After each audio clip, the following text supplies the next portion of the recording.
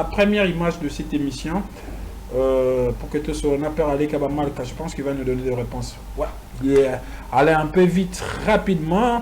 Là, les tweets, je pense que c'est la Milelo. Ouais, Instagram, non? Instagram. Yeah, bon, dans ma caméra, c'est ça, Instagram. Ah oui, Insta. Ok. Là, on a vu, pour le bateau, éviter héritier, a publié affiche, il y a concert à Fali Poupa, le 2 dans le 3. Azope Sandegonaya, Azope artiste congolais, Azope la fierté, na bisonios, et apprécié ma force. Ok. Alors, là, c'est la réaction de Fali Poupa. Grand prêtre. Héritier Watanabe a identifié, net na film. Bon, après ça, on doit s'enfermer en studio pour prendre un hit. Alors, d'abord, quand tu as vu ça, tu t'attendais à ce qu'il fallait pour pas répondre héritier rapidement. Il fallait pour pas la langue dans ma cambaboui. Bon, il fallait pour pas rapidement lancer. Zagaraki, ils ont un soutien, mais sous ma force, mais sous. Et bien, le roi m'a killé les Angongé na Zando. Au bandi boye. Donc, si on a de force, na Otindagi, grand prêtre a réagi au boété. C'est que mon agité, ayoka quitté. C'est que comme ma bête la qui est pété, peut comme ma gata na mato inete, peut en plus moutata à bureau moura mon agité. Il y a grand prêtre héritier Watanabe Goga, Trump. Mais c'est le chanteur, na zoé bisayo, pas na biso mono ba fan de comme la gibiso. Na zoé biso tant que biso pas ba fan, force comme les biso ba fan. Et directement on a appelé tout comme et que quoi y a pas légende. Réaction ba moi chaud. Parce que ba force mais toutes les réactions parce que pas na biso mono ba fan tout dégager ngo. Tout le monde ngolo là, tout le monde ngolo là moi ba ngaba ko tira biso coronavirus. Ba force ba tumisuga uti koleka et comment quitter pas artiste pour répondre oui parce que biso no ba fan to dégager kango au moins na bena ya Goga Trump et ça ba force mora sincérité hypocrisie zate ya moni grand prêtre Fali Poupa grand esprit un artiste moi na banda la zobe télévision Stade de France à réagir boy est-ce que donc ezararake pour ngai na mona des artistes qui se respectent des artistes où ba partager loyauté sans hypocrisie.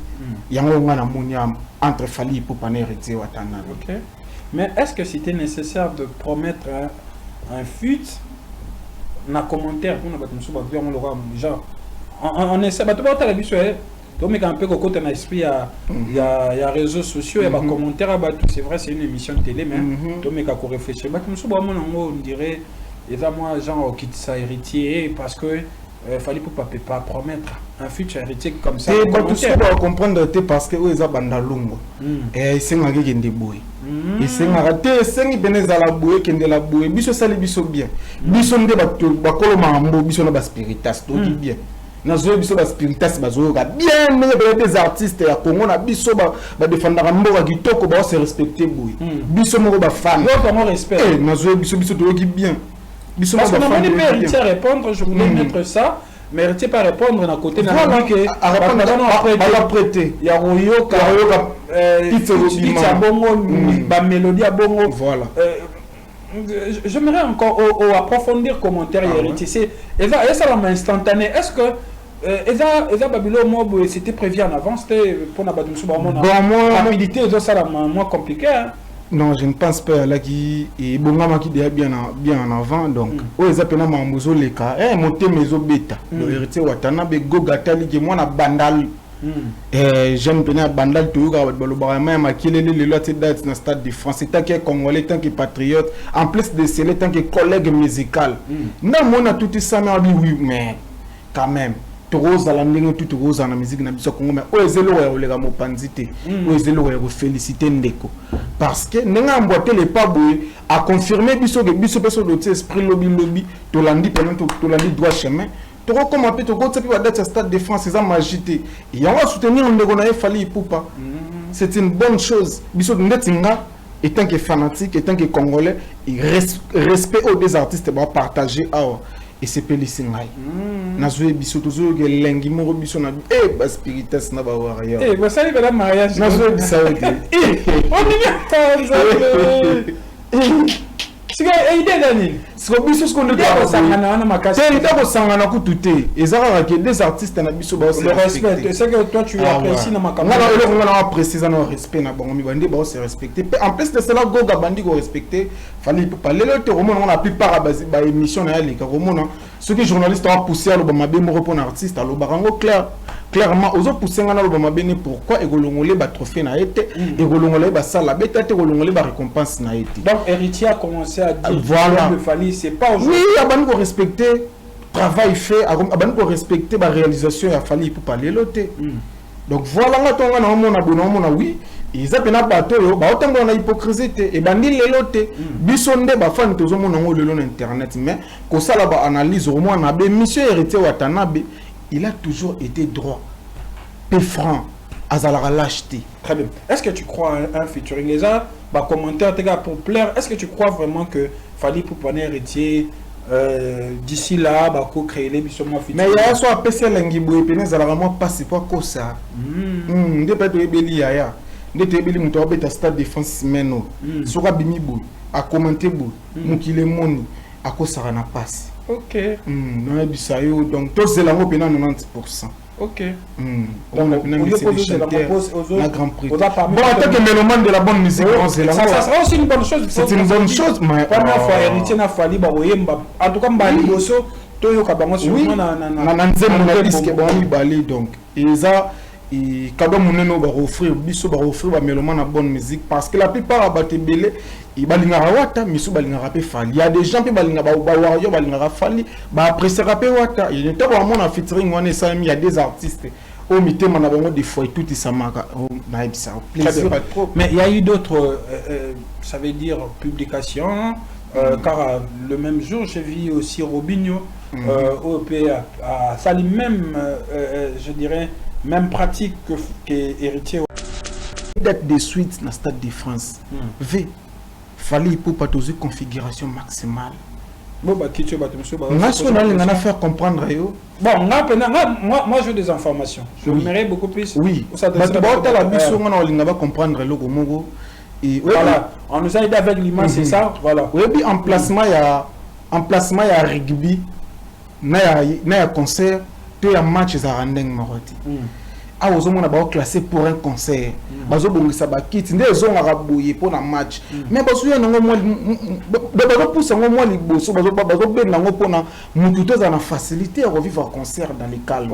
C'est comme ça les ala raboye sur les concerts ezo beta na Stade de France on a mouvement on se rapprocher na spectacle on se rapprocher un peu na spectacle parce que classement à la bien mais bah cela qui plaît ya podium parce que on a concert à mondele et ça te que tout le monde en Afrique mais va poser le binoka concert podium na coin sur indignité ils a plan mobile mais continue les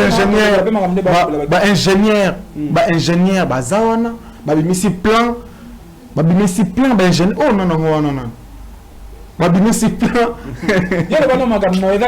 ingénieur babimisa plan yamana nde ba adopter place au ndule gozala par rapport à plan au babimisi yebango veto aussi configuration maximale ba tous ba moni ba longola ba kiti ti ba longola ba kiti oh mais mon vieux non image des années ba moni ne ba longola ba kiti moi en tout cas moi j'ai des informations. Le gars a bien plus d'informations aux gens. Moi, je peux bien expliquer pourquoi on va quitter.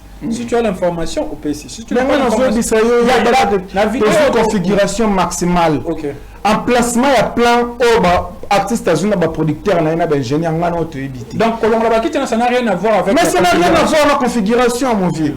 Ça n'a rien à voir avec très bien. Voilà, merci beaucoup, Papa Namalka. C'est vrai, nous courons derrière le temps. La télévision, c'est le temps. Alors, comment on a souka, on va prendre deux rubriques rapidement. Rubrique moi, compliment. Normal. Au la caméra, au 1 minute. Au s'adresser à bateau, au la biso, mais au s'adresser à Moutoumoko. Au pendant Moutoumoko, au ébiqué. Bien tu t'adresses là à cette personne. On est sur ligne, au choix.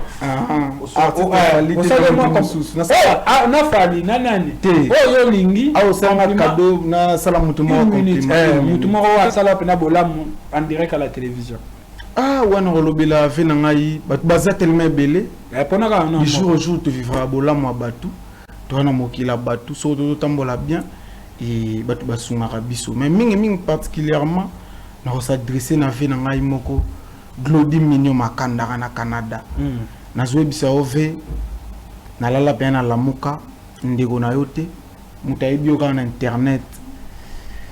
Abengi azoe bisa olobi les gars na affaires étrangers au Gilanda au la de la mambo passeport 0 francs famille na ngekota 0 francs nanga et banditi souka vio na mutafutelanga na eba été première franchement nakuna mane kozela ote parce que oh comme les biso ezana moko kamusanga parce que lelo nzembo jambe uti ko sala entraînement na Billboard Afrobeat aux États-Unis en 9e position. Artiste congolais moko ta place à côté de nzembo na Billboard hot il y a Afrobeat na noté et les autres gens mais classé parmi les top 100 ya Spotify na Nigeria ozo mona ke nzembo zo marché kitoko nzembo zo pesa biso ba retour to zaki nango nzembo zo reconfirmer biso que ça hit par rapport il y a ba données aux autres c'est la biso par rapport à 4 millions de vues sur YouTube. Il faut préciser, il y a moins de 2 semaines, 4 millions de vues sur YouTube. C'est un exploit. Et mon année, les lots Nzembozo qui donne plus de 2 millions de streams sur Spotify. Donc Nzembozo marché tellement qu'il toko. Nzembozo syndicapé sous album Mosika Jam. Et Nzembozo tout balinyango avec. Nabina Kinshasa. Na Suède, Nigeria, Mobimba partout en Afrique. Nabina Congo, na Kinshasa, on dirait, non les gens Voltaire. Mais il était ce qui au journaliste. Jésus en volo bino de so bana ba retard ndé batu bana retard so batu ba zele betana ba ngana ndé ba artiste na mission ba artiste na bango banzimbo betana na ba kermesse tout le temps biso vision so wanate et biso vision wanate biso ko fali arasuna tante kende to betata na to longwa de mambwana to longwa de ba côté wande to mona complicité ba album rumba boué complice rodman on a joint mais fala tena oboué na live yo mo zo mona complice kani banzembo to album rumba to bi no teme jam na zo biso monde to qu'est-ce qu'on likolo to ke musika ve to qu'est-ce qu'on peut tout ça la exploit to qu'est-ce qu'on koto na biso ba Coachella peut-être na biso Madison Square Garden ozo comprendre to on a tenté ba débat que na kin to musika to va que conquérir mokili ake panza apanzela bango sango gelingala c'est la plus belle langue du monde to la musique na biso rumba ba sonorité na biso yango yango bimina ba album XX. Voilà, merci beaucoup. Ça me suffit à une autre image rapidement parce qu'on court derrière le temps. Je pense que tu pourras mettre la vidéo moi boana na chakiwana vite fait s'il te plaît, ça me suffit. C'était un concept c'est bien. Bon, folie pour pas rapidement lanté zakaraki et ça n'a pas soutien misusu ba force misusu et bimi le roi makelele yango ngena zando bandi boye. Donc so moni bena de force na otindaki grand prêtre à réagir boité c'est ga monagité ayoka kité c'est que comme ba bete la qui est pété pe comment gata na mato inete pe en plus mutata biro mora monagité il y a grand prêtre héritier watana begoga Trump.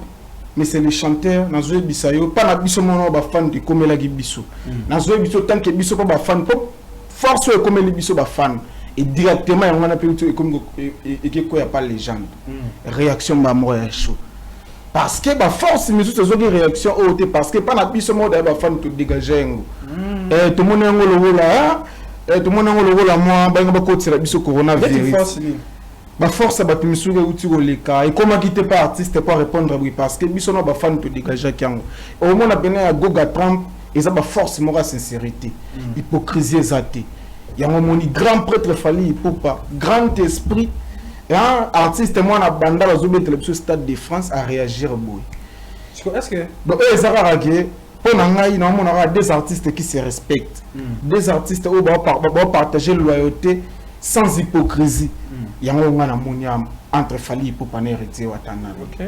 Mais est-ce que c'était nécessaire de promettre un fut dans commentaire pour nous genre on essaie de pas la biso donc mais un peu côté dans esprit il y a réseaux sociaux il y a commentaires c'est vrai c'est une émission de télé mais donc mais qu'on réfléchir on dirait et ça moi genre quitte ça héritier parce que fallait pas promettre un futur héritier comme ça. Et tout ce qu'on va comprendre parce que eux ils ont bandalungo. Et ils sont arrivés des bouées. Ils sont arrêtés, ils sont venus à la bouée, qui est la bouée. Biso sali biso bien. Biso nde ba koloma ambo, biso na ba spiritas, tout dit bien. Na zo biso ba spiritas ba zo ga.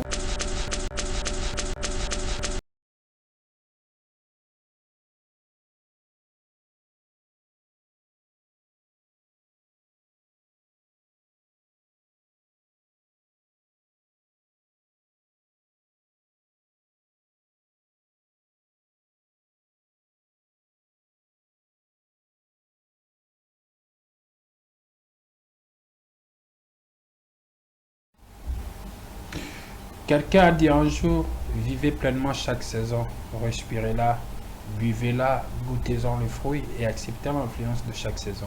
Chers téléspectateurs, c'est avec plaisir et honneur que je me retrouve devant vous pour parler musique et également l'actualité sur les réseaux sociaux. Vous savez que c'est samedi, c'est week-end, je dirais que l'événement qui va dominer, qui va emporter, c'est le 2 grands concerts de Fally Ipupa au Stade de France. C'est un événement historique. J'ose même dire qu'il n'y a aucun Congolais, même aucun Africain, je dirais de l'Afrique centrale, qui a osé affronter ces stades de France. Et Fally Ipupa sera le premier de nous livrer un concert là-bas et nous le souhaitons bonne chance. Mais comme vous le savez, autour de ces concerts, de ces événements, il y a des choses qui s'étillent, il y a des histoires que nous écoutons, il y a des choses que nous voulons savoir. Et aujourd'hui, je reçois pour vous, je l'appelle un communicateur de Fally Ipupa, mais il se surnomme Papa Leki Yamalka. On saura pourquoi et on va également parler de l'actualité autour de ces concerts et tout ce qui va avec Fally Ipupa. Vous aurez droit à découvrir beaucoup de choses avec mon invité à qui j'ai dit bonjour et bienvenue Papa. Bonjour mon vieux André Bad. Ça va? Ouais, santé XX. Et on a profité, on a souhaité, on a warrior, on a bandeko, on a biso, on a palais, on joyeux stade de France, na bino. Et pourquoi pas on a salué mon vieux Gelor Chibadi. On a apprécié Bambote Belé, on a palais, si Gazolanda biso. Et on a profité, on a salué les boss, les véritables boss, Igor Ville le pétrolier, mon vieux. Via ba petit naé, boss Igor Ville le pétrolier.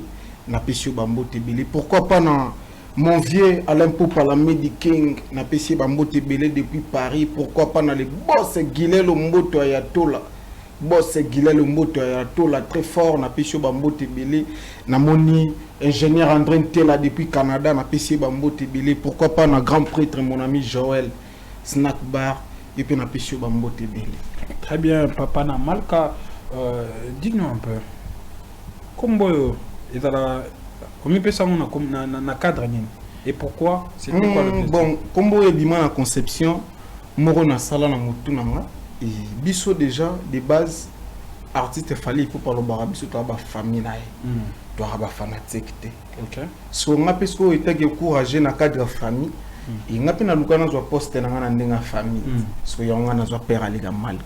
OK yo ka père alega père alega ba enfants tout père alega ba warrior de père alega bina mokili mobimba confirmé certifié père alega ba malka parce que mingi kendani na komba princesse mais père alega ba tutu père alega Sinsi Ipupa père alega Vincenzo de père alega bina ye beaucoup de gens malka pas encore na malka na noté na Fally mais à plusieurs reprises alors on a parlé OK on a parlé récemment on a eu Rosana madame na biso on a ketchup motema légende moi si ya mobali moko mère nana ketchup bafana na pisi bamboti sika zali na ba gentillesse na ebela za ranango c'est toi moi que yo père aller qui a malka la première fois ça va mais Fally nana ketchup première fois toi ba moi le père aller qui a malka c'était comment expliquer bon déjà et de base Aïbi Sangelo a bon particulièrement, mais déjà ça bonne na compte nanga. Mais on a biso motema légende, moi ça mobali moro Fally Ipupa à sa bonne na compte nanga. Et à part là on a et récemment tout au na soirée tu organisé qui na compte il il y a Stade de France où ils ont été organisés par notre vieux Watch Fashion Police na pisi bambo tibili nde mère mona gipe mais au moins na biso parler c'est megiye donc tout ça n'est pas vidéo gentillesse mère la gi nango pa na biso ba lega fali to ba fana fali pour tous à la vraie et merci non na ba gentillesse wana mama aibi ninga sola na ba fan ya mobali nae. Très bien, merci beaucoup Père Alec. Il y a pas mal vrai comme on est là. Ouais, vrai comme on a un vrai comme on a désolé. Tu n'as parlé de famille Marambutu et les Arabes na souter. On a siligarate mais on doit préférer appeler sur Obenga Bongoti. Très bien. Merci beaucoup Père Alec Yabamalka. Yabamarco aussi, Yabatutu, fan de Fally Ipupa communicateur, tout ce qui va avec. On va parler cette fois-ci de l'événement que nous attendons tous le samedi et les dimanches, donc le 2, le 3, enfin, et le Bamaki, le Communisco Pemben. Alors, cette émission première fois, Yambayo, et ouais, fonctionne à Boto, Tchaba image, Totali, Tozongi, Tosololi. C'est bon? Aucun problème. Samson Via, tu nous proposes la première image de cette émission pour que tu sois un appel à l'Ekabamalka. Je pense qu'il va nous donner des réponses. Ouais. Yeah. Allez un peu vite, rapidement. Là, les tweets, je pense que c'est la Milelo. Ouais, Instagram, non? Instagram. Bon, dans ma caméra, c'est ça, Instagram. Ah oui, Insta. Ok. Là, on a vu, pour bateau, éviter héritier, a publié affiche. Il y a concert à Fally Ipupa. Le 2 dans le 3. Azopé artiste congolais, la fierté, na bisognos. Il y a PC force. Ok. Alors, là, c'est la réaction de Fally Ipupa. Héritier Watanabe a identifié Netina film. Bon, après ça, on doit s'enfermer en studio pour prendre un hit. Alors, d'abord, quand tu as vu ça, tu t'attendais à ce qu'il Fally Ipupa répondre héritier rapidement. Fally Ipupa va la bon, Fally Ipupa va rapidement lancer Zakaraki. Ils ont un soutien, une force, et bimi le roi Makelele yangongi na zando. Obandi boye. Donc, si on a besoin de force, na otindagi grand prêtre à réagir au boété. C'est que mon agité, ayoka kité. C'est que comme ba bête la qui est pété, peut comme agata na mato inete, peut en plus mutata biro mura mon agité. Il y a grand prêtre héritier Watanabe Goga Trump. Mais c'est les chanteurs, Nazoé Bissayo, pas la biso mono ba fan de comme la biso. Nazoé biso tant que biso pas ba fan, force comme les biso ba fan.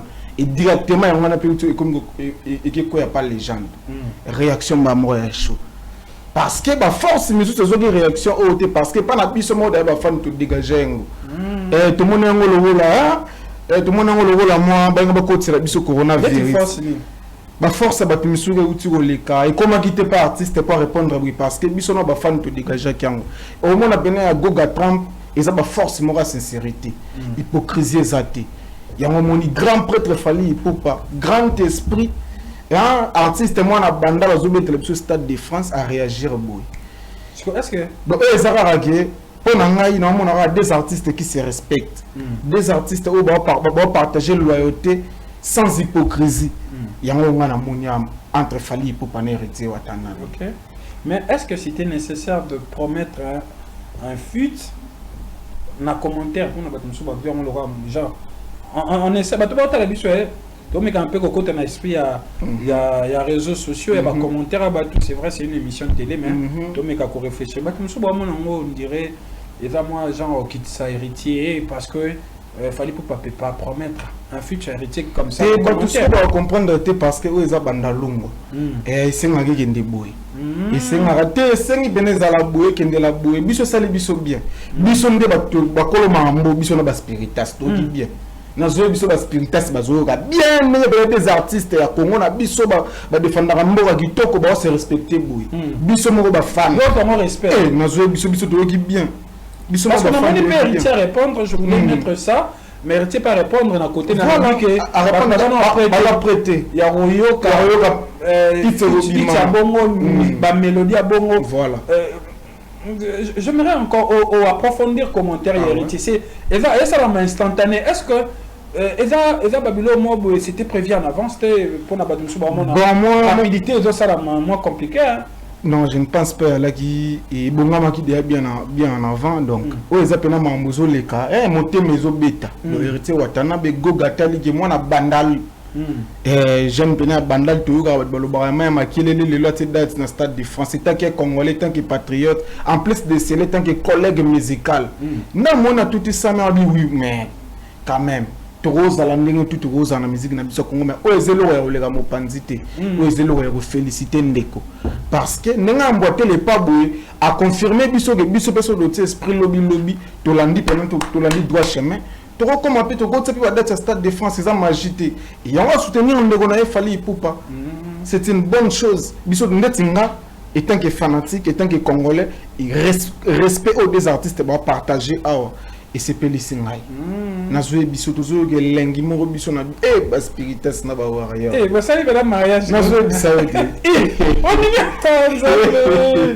y sika idée dani siko biso siko ndo ko sangana na makasi te ida ko sangana kututé ezaka ke des artistes na biso ba le respect c'est que toi tu apprécies na makambo ngana apprécier na respect na bango mi bandi ba se respecter en plus de cela Goga bandi ko respecter Fally Ipupa lelo te romona na plupart ba émission na yali ka romona ceux qui journalistes ont poussé à l'obamabe mo pour un artiste à l'obarango clairement aux autres poussé ngana l'obamabe ne pourquoi egolongolé ba trophée na été egolongolé ba sala beta te egolongolé ba récompense na été donc héritier a commencé à dire voilà le Fally c'est pas aujourd'hui oui abani ko respecter travail fait abani ko respecter ba réalisation ya Fally Ipupa lelo te donc voilà nga tonga na mona bono oui ils appellent na bateau yo ba otango na hypocrisie te e bandi lelo te biso nde ba fan tozo mona ngo lelo na internet mais ko sala ba analyse au moins na be monsieur héritier Watanabe il a toujours été droit peu franc azala lâcheté. Très bien. Est-ce que tu crois un featuring les gens bah commentaire tes gars pour plaire est-ce que tu crois vraiment que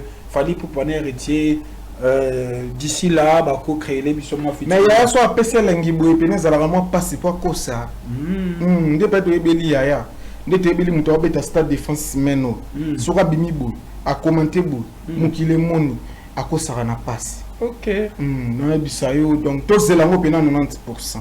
OK on a bien mis la grand prix bon en tant que que mélomane de la bonne musique ça sera aussi une bonne chose c'est une bonne chose mais première fois héritier na Fally ba oyemba en tout cas ba liboso to yo ka bango sur na nzembo na disque ba mi balé donc eza et quand on va offrir biso ba offrir ba mélomane na bonne musique parce que la plupart abaté belé il balinga wata misu balinga rapé Fally il y a des gens qui balinga ba warrior balinga Fally ba apprécier rapé wata il était vraiment en featuring on est il y a des artistes au mitema na bango des fois tout ça maka na ça plaisir mais il y a eu d'autres ça veut dire publications car le même jour j'ai vu aussi Robinho OP a Fally même je dirais même pratique que héritier Watanabe mais comment quel est le penza te mais na demande à côté misuba do boya misuba do critiquer misuba do ni mayo positionner zandeni na force OP to koloba Robin apesi Fally Ipupa oyebi ke ndenge yo muto prendre ngango sike ko voilà lokana et le na prendre oyoki tenge yo ko prendre ngango c'est comité donc on bisinga be funa vérifier non mais funa tanga yo prendre ngango communauté hein bolinga resu non même pas te bon magamba Robin ndeni yo yokata mais na yo quitter na ndenge ni na yo quitter comité on dit goge comme la biso lobby et comme la biso tout ba fa ko ta siko na téléphone na tout monde total mais comité et comité na ndenge et comité na monité na ba porto na ngele quitter na ba nzela na ngala kuten na ngoti et na yo kuta no na centrale télévision pas venir à l'André Bat. Nous allons prendre un gars, il faut vérifier. Répéter après un Robin a sali binoni. Bolingé c'était pas ni même ah non bon tout ça on a pas warrior. Alors mais ambition non. Alors ba clairement dans la warrior. To na uté ko lo banon e bandeli. Force yo au moni qui réaction ba warrior exacté na force wana e baké et comité de monité pe ba beteli bisoti. So face à ni pe comme pour mona mais aluki comme manga na oyebande niveau kumela biso basande bino biloko comme la bino ka bo c'est pas mais on comme mais la chose biso ya Goga Trump mais c'est les chanteurs et comme biso fa dans comme mbala moko to zo kota mbala moko ekomi na so bisayo on a force sans hypocrisie d'abord force na motema de force pena zo bima bena na force remet ma bénédiction sans hypocrisie un sang qui tient la moindre force pena ya pembe force mobimba nango il y a un moment où tout ils sont fan, il y a artiste après que tout est ce qu'il y a voilà. D'abord, il y a l'hypocrisie. Tous ceux qui ont force à hypocrisie, mais la force aux hommes de répondre, c'est que ils ont commenté. Makele la ngumina zando. Merci beaucoup, Papa Leka Malka. On va continuer. Samson Via, tu nous proposes, je dirais, une deuxième image de cette émission. On va essayer de prendre quelques nouvelles sur ces concerts. Il y a tellement de choses. Samson Via, tu nous proposes l'image, s'il te plaît. Voilà. L'image, deuxième image de l'émission, s'il te plaît. Oh là là. Tu as vu cette vidéo? La vidéo, il y a une vidéo qui est là. Oh, tu as vu ça? Pour que tu me expliques, tu as vu ça. Bon, voilà. Le temps que technique est un caprice. Alors, toujours qu'il dépend dans les tous aboyés.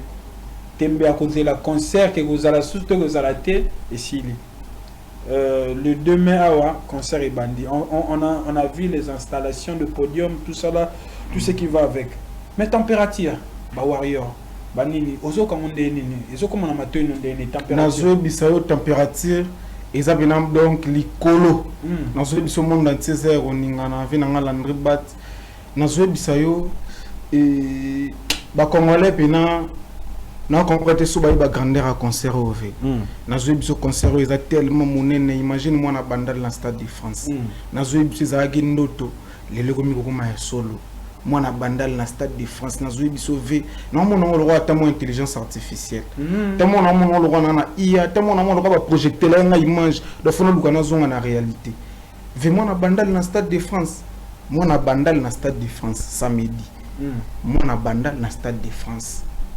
En plus de cela, Azobe Tango na 40e année de carrière, après 20 ans de son carrière. Ils arrêtent de sa carrière ou bien de son carrière? De sa carrière. Hein? Sa carrière. Ah voilà. Na bongi c'est de sa carrière. Après 20 ans de sa carrière,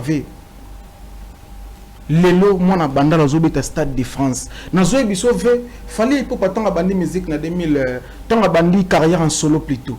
Na 2006, na Zoe bisayo et comment tant que ba bimi ezaki pe na ba artiste nigérien tout autour au monde ba tout fait c'est dibia au monde ba P-Square à l'époque ba alaki ba ndeko briller au monde ba Kessi au monde ba type ba nigérien ou ba bracket au monde ba Sarkozy au monde la plupart la génération on avait le pour monde bango ba beta tan nzembo kanga monde to nzembo etambola Afrique mobimbe comment difficile mais lelo kota la fali pour malgré toi bandana bango époque wana baninga ne belé ba katana mais lelo fali pour partir date na stade de France en plus de cela à se limiter quand na stade de France té fali pour pas outil comme premier artiste africain placé album na premier na top album France na 20 ans de carrière Venezuela biso c'était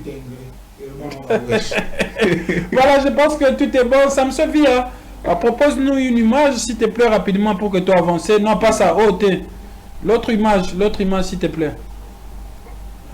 L'autre image, il y a des images. On a, non, oh, mais qu'est-ce qui se passe? Il y a des images. Il y a des images. Oh, il faut demander à G1. Bah, image, on appelle ça qui est sur Makamba. Oh, et Talifali pour ces concerts. Il y a une vidéo, il y a des images. Voilà. Fali pour Stade de France, le mirage du sold out et le réveil de la billetterie du 2 mai. Alors, tu vas aller. Kaka.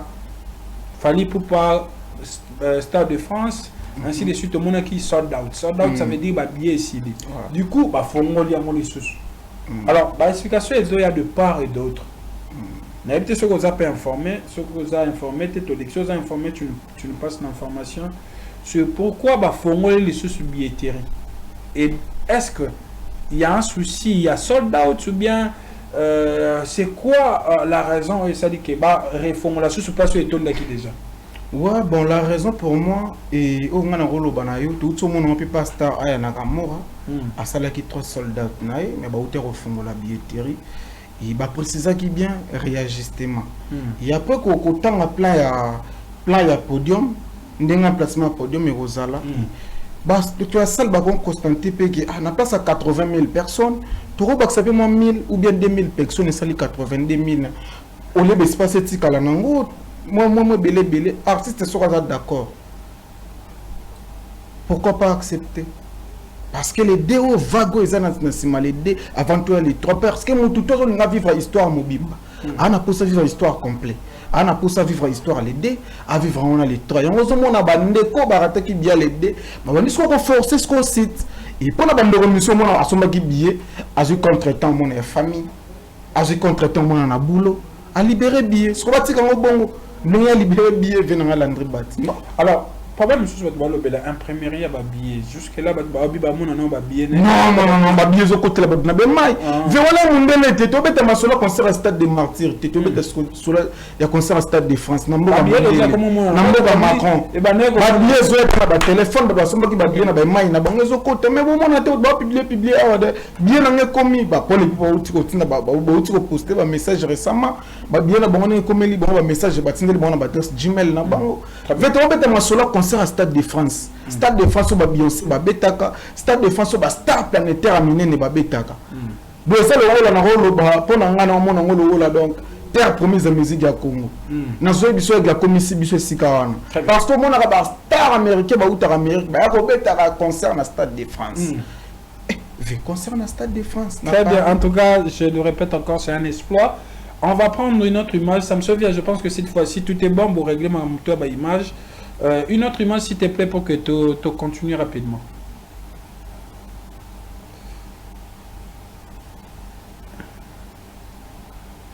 Voilà, Fally Ipupa Whisky de 4 millions de vues.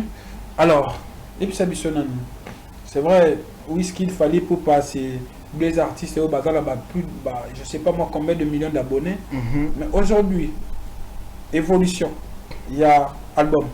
Parce qu'il faut qu'on se le dise, c'est pas un album rumba. C'est un album où ils ont mélangé mon style. Alors aujourd'hui, quand tu vois l'évolution avec le 4 millions satisfait, tu te dis que bon, ou bien tu t'attends à plus que ça. Ouais, franchement, parce que comme les bisous, ils ont parce que Lelo Nzembo Jam outi au sala entraîne on a Billboard Afrobeat aux États-Unis en 9e position. Artiste congolais mon côté place à côté de Nzembo na Billboard il y a Afrobeat na noté. Il est l'autre Jam est classé parmi les top son ya Spotify na Nigeria. Ozomona ke Nzembo zo marché kitoko. Nzembo zo pesa biso ba retour to zaki nango. Nzembo zo reconfirmer biso que ça hit par rapport il y a ba données aux autres c'est la biso par rapport à 4 millions de vues sur YouTube. Il faut préciser dans moins de 2 semaines 4 millions de vues sur YouTube, c'est un exploit. Et mon année, les lots Nzembozo qui donne plus de 2 millions de streams sur Spotify. Donc Nzembozo marché tellement qu'il toko Nzembozo tindika sous album Mosika Jam. Et Nzembozo tout balinyango ave. Ngabina Kinshasa. Na zo Nigeria mobimba partout en Afrique. Ngabina Congo na Kinshasa on dirait non les gens Voltaire. Mais c'est ce qui au journalisme. T'es en vol. Bino de sobat bana ba retard ndé. Batu bana retard. So batu ba zele beta na bangana ndé ba artiste na mission ba artiste na bango banzimbo beta na ba kermesse tout le temps. Biso vision so wanate. Et biso vision wanate. Biso ko Fally arasu na tante ke ndé to beta na to longwa de mambwana. To longwa de ba côté wande to mona complicité balbum rumba boué. Complice Rodman on a joint. Mais il fallait tenir au bout, na live. Yo mo zomo na complice kani banzembo to album rumba to bi. Teme jam na zo biso monde to qu'est-ce qu'on likolo. To ke musika ve. To qu'est-ce qu'on peut tout ça la exploit. To qu'est-ce qu'on koto na biso ba Coachella. Peut-être na biso Madison Square Garden. Ozo comprendre. To na tente ba débat que na kin to musika. To va que conquérir mokili. apanzela bango sango lingala, c'est la plus belle langue du monde. Donc la musique na biso rumba, ba sonorité na biso yango. Yango bimina ba album XX. Voilà, merci beaucoup. Ça me suffit à une autre image rapidement parce qu'on court derrière le temps. Je pense que tu pourras mettre la vidéo moi na chakiwana vite fait s'il te plaît, ça me suffit. Moi c'est pas un concept c'est pas non. Ah on ma vidéo. Ah nazo bisa. T'es méta. Voilà. Non OT. La vidéo, tiens vidéo s'il te plaît. Il y a une vidéo on appelle ça qui j'ai d'un ah là là. Voilà, le temps que bah arranger ma Kambutou, on a des soucis aujourd'hui. Moi, mes gars, parce que là, il y a des soucis. Alors, comme le Tobandé Koloba, je sais pas si la vidéo, s'il y a installation à podium, il y a concert à Falaise, si ça n'a. Ce que vous êtes, alors on va faire avec le téléphone pour que tu avances rapidement. Voilà, la vidéo. Voilà, bon, bateau, t'as l'habitude peut-être dans moins problème. Ouh là là. Là, n'habitez. Comment Gédéon, tu pourras venir pour nous relaxer Sabatou. Pour nous relaxer Sabatou. Au telle image. Ah oui, il y a un placement à podium. On est dans ça là, misala. Voilà. Gédéon, au corps de la bise, bon, sûrement, bah, mon nom. D'abord image de tambola na ba réseaux sociaux bato bazo comme batia avant après bazo longola bakiti alors image pour na bato mususu les configuration fallait pour bêter là fallait pour pas configuration nini là on parle de cette image qui circule ba bato na ba la sake ne ba longola bakiti bazo sala magamito parce que tu as vu l'image bato peut ba moniter. On devait le mettre ici, mais on a eu un souci. Donc, et donc, ça peut aller à la misala,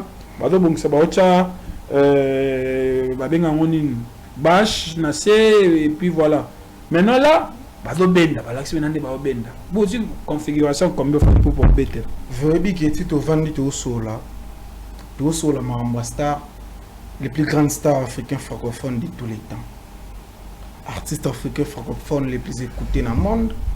Artistes africains francophones les plus certifiés et artistes africains francophones les plus vus sur YouTube. V, bisoto zoa carrière a fallu na conception bata balabala te. Tobeta makambu, tobeta les solo, il y a les grandes stars africains francophones de tous les temps. C'est l'artiste africain où a osé des stades à te deux dates de suite dans le stade de France. V, fallait pour pas une configuration maximale. Bon, bah, qui tu vas faire comprendre. Bon, moi, je veux des informations. Je voudrais beaucoup plus. Oui, comprendre le Gomogo. Et voilà, on nous a aidé avec l'image, c'est ça. Voilà. Oui, puis en placement, il y a rugby, il y a concert, puis il y a match à Randeng Moroti. Ah, aux hommes on classé pour un concert. Bazo bongi sabaki, tinde zo ngabouye pour un match. Mais bazo ya nango moi bazo pousse ngo moi liboso bazo ben nango pour na mututo za na facilité à revivre un concert dans les calmes. C'est comme ça ils allaient ceux qui concert les autres bêta dans stade de France. On mouvement va se rapprocher na spectacle. Bon se rapprocher un peu dans spectacle parce que classement à la bien né ba cela qui plein il y a podium parce que on a concert à mon et ça te que tout le monde en Afrique mais va poser le binoga concerne podium na coin sur indignité ils a plein mobile mais continue les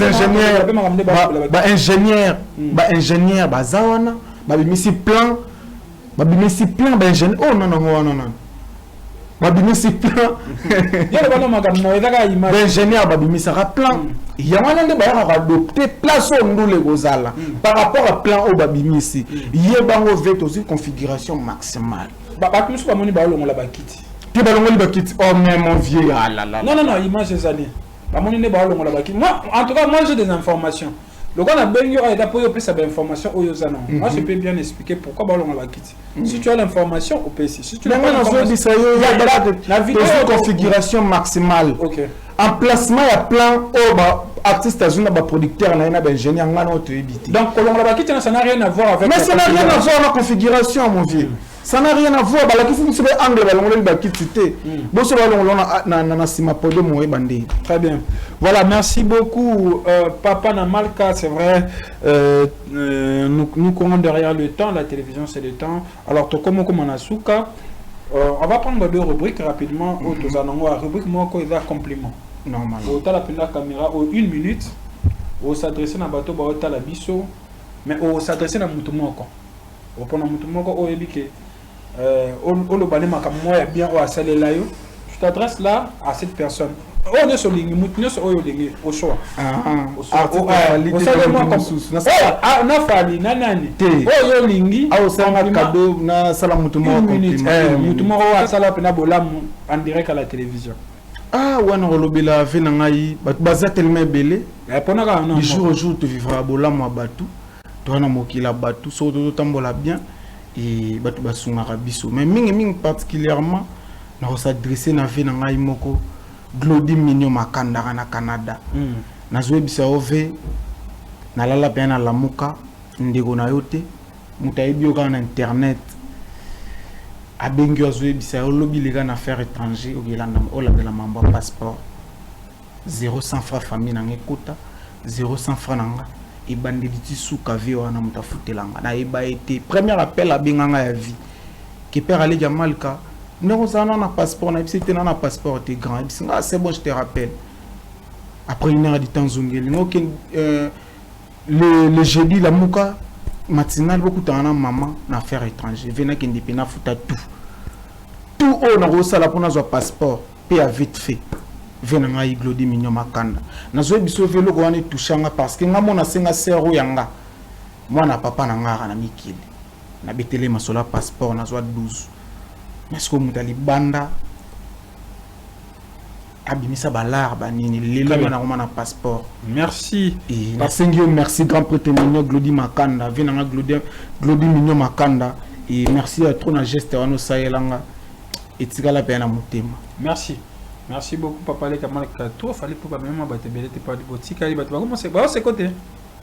Déjà obi ke biso mama ba voyage ça ke le rôle mais la stade de France ba ke beaucoup trop mon peko mais est-ce que bon esa conception ya artiste non et puis que comme ma ba fanatique to comme ma batu na mikili eza obligatoirement te ezala ba geste moko boye oui uti na motema ye moko artiste ya la moki na ngo idéologie na ya bibona c'est peli ça ba pecho ba tsara pe makiele na internet et ça la biso bien na c'est peli ça bon mais ce n'est pas une obligation très bien biso to ba fanatique biso fanatique bénéfice na biso ya la monde bisenga jam 4 millions de vies plaisir na biso ya ngwana album so beta artiste le loi biso double stade de France et ça plaisir biso lingaka artiste azong c'est la biso ba retour positif merci énergie au biso ba fan to merci donc voyage ou pas et ba voyage releka na bolingo to ara pas artiste na biso ndeko tikala merci papa le Kamalka nous sommes arrivés à la fin il nous reste une rubrique wana o lobela ralbol le kambo mone peso pasi kanda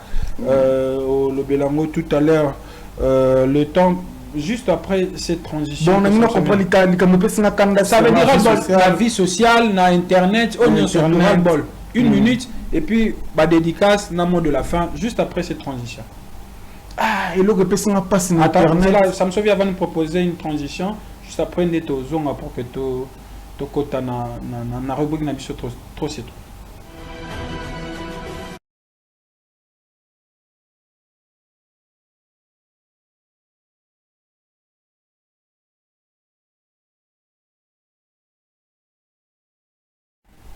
Voilà, caméra nous même exercice mais cette fois-ci on a ras-le-bol mot de la fin et puis bah dédicace pour que to kabo. Ah ouais, ndetse le mikolo benelo rezo baisenga na internet comme on papa mukolo na kombo ya jazz kavulu na mwana Marlène bazo vendre la bina jeune garçon ya batu jeune courageux ya batu petit fali ba commission le voilà moi diversaire na bango za biloko tozo baye na internet ezo lembisa biso et en plus de cela na ko ikolo basu ni c'est notre vie sociale na elo ko mo zo baye senga pena makasi eza babikanga kanga bambila na zo biso ba jeune tozo kanga ma trop.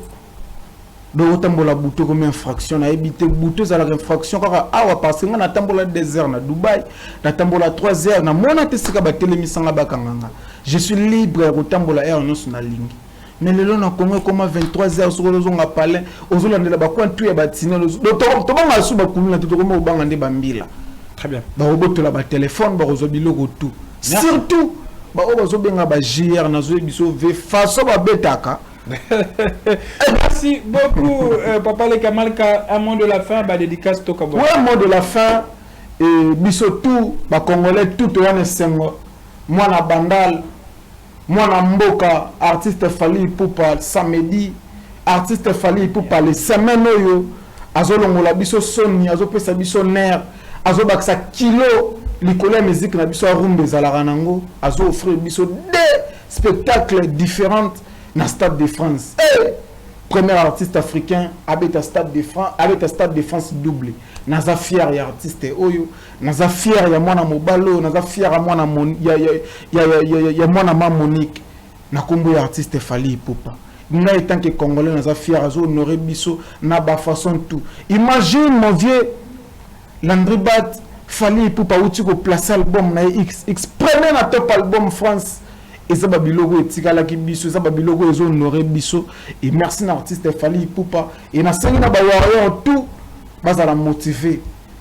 Rendez-vous le 2 le 3 mai congolais na Stade de France et na profiter na saluer ingénieur Guilhem Maouma na pesi bambote belé sika ali pourquoi pas ingénieur Yaou Bogar mon vieux yope na pesi bambote belé pourquoi pas na saluer ingénieur Nemi Mboula Sambo Mobala Pembe na pesi bambote belé na saluer équipe qui gagne Roro Nana bafana la petite Nana bafana na pesio bambote belé pourquoi pas na Richi Molonga yope na pesio bambote belé et na moni bongo base na ngai Ocho family président Asemaye l'érosion na pesio bambote belé na ngatika la kuna CG grâce Mobambo merci ndeko Vincent Mobambo le sage inol capitaine warrior mofinugo Loshi na pesio bambote belé mutu na ngatika rangaite na moni sunda mikuna ma sœur Charlène n'aime pas de miss yope na pesio bambote belé. Merci Papa Le Kamalka d'être passé. Merci également à Batoni Soubalandi Biso. Je profite aussi de l'occasion pour dire un grand merci à Esther Kazéou. Esther Kazéou qui me suit depuis quelque part, je te salue. Je salue également, là je vois Mati Ngola Bitala Mati Ngola Bitala et Landry Bat, je te salue. Et je salue également Olga Chimouna qui me suit depuis quelque part. Et je n'oublie pas Merveille Bokungo Yambiji depuis Bandal. Et joyeux anniversaire à Rita Kasongo et Babi. Rita Kasongo et Babi, joyeux anniversaire à toi, que du bonheur. De la part de Mardala qui te souhaite un heureux anniversaire, plein de bonnes choses à toi. Merci à Yawili Moucheni, le véritable unique code qui me suit depuis quelque part. Merci à Yateo Zambrota, le seul mécène à dire à dollar et Lalate Yateo Zambrota, Ozanzambete, Merzanani. Merci beaucoup. Merci à DJ Pablo, les maestros qui me suit depuis quelque part. Et merci aussi à Rams de Boston. Le Warrior, Adolan Nabiso, Semen Nabino Yango, Stade de France. Merci à Gédéon Le Gaulois qui était derrière le caméra. Merci à vous tous qui aiment bien Landry Bat. Je pense bien vous retrouver prochainement avec le même plaisir. Allez, à très bientôt. Bye bye.